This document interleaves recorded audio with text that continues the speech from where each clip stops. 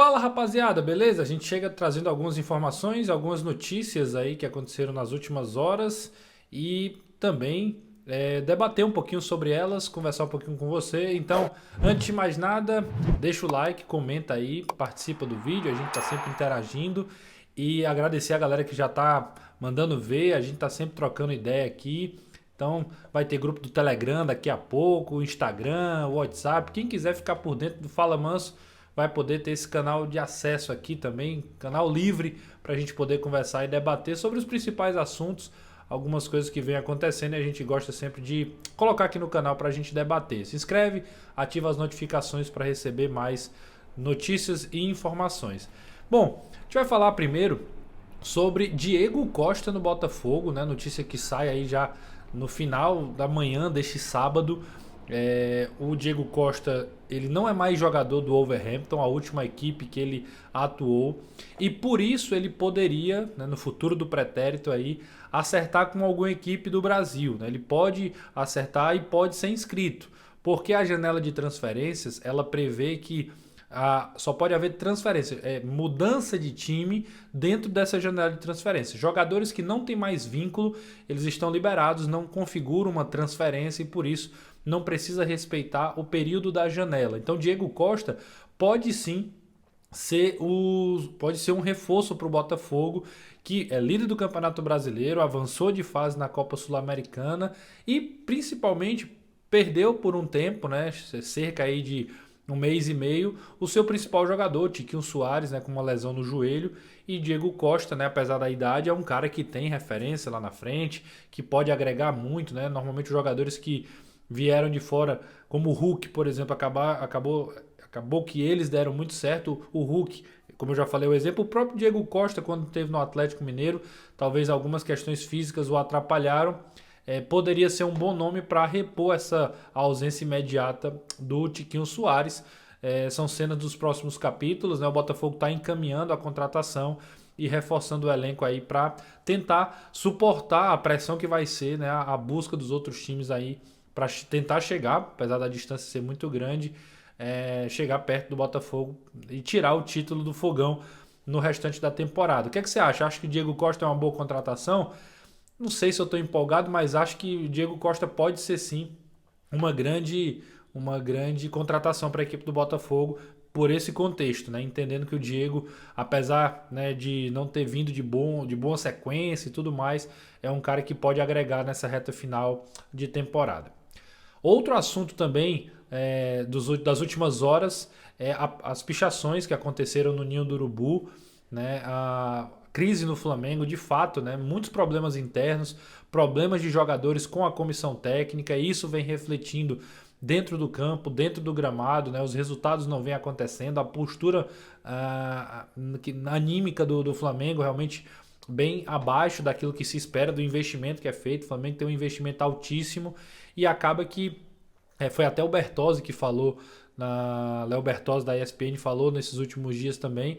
O Flamengo fez grandes investimentos, orçamentos altíssimos e nem brigar pelo brasileiro, de fato, pelo título ele tem brigado, né? Ganhou outros títulos, é verdade, mas é muito pouco para aquilo que o Flamengo tem sonhado e tem investido.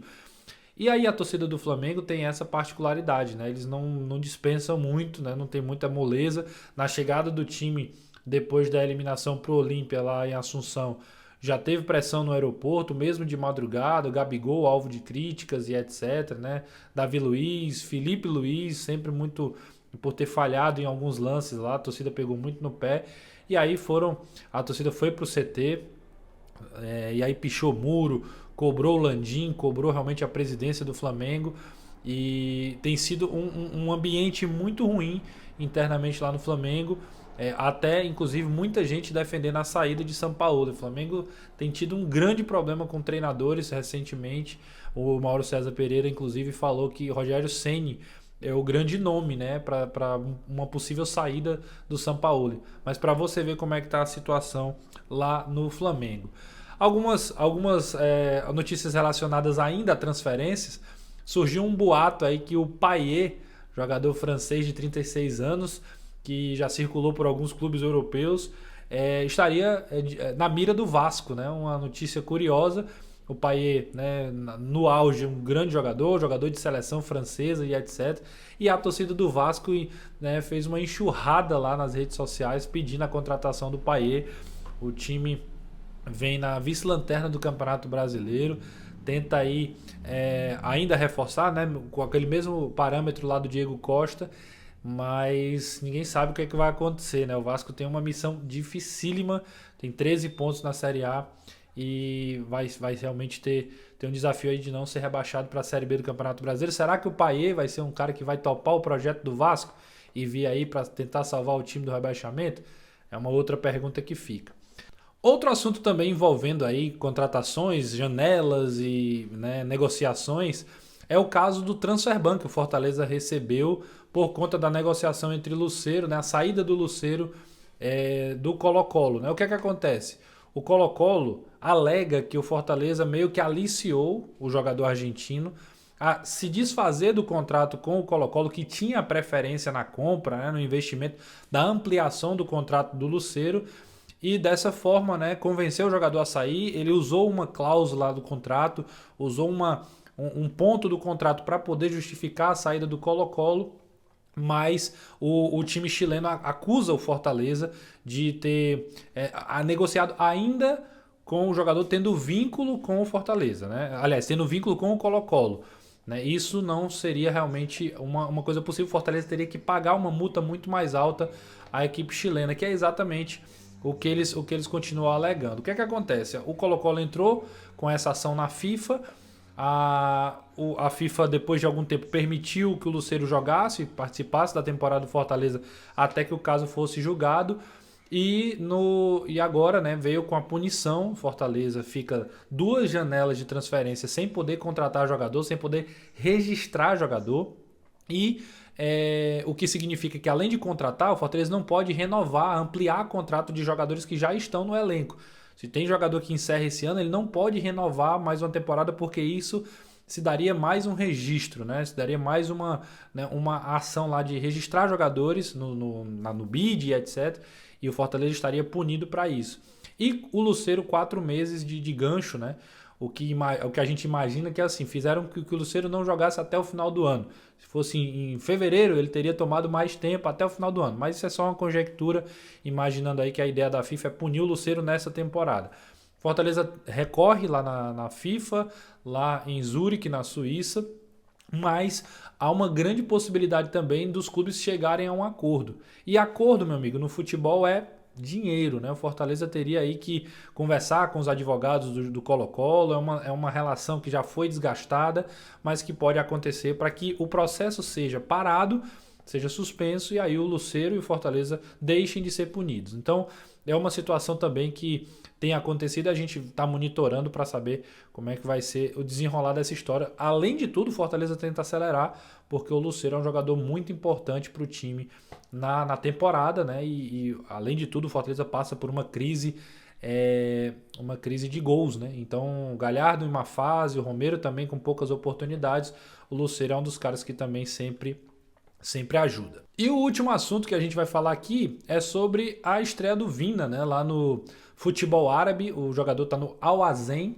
é um time que veio da Série B para a Série A, né? Foi vice-campeão na temporada passada e fez a sua estreia nessa temporada, nada mais nada menos, contra um dos times que são, além de serem multimilionários, eles também são ajudados pelo governo saudita.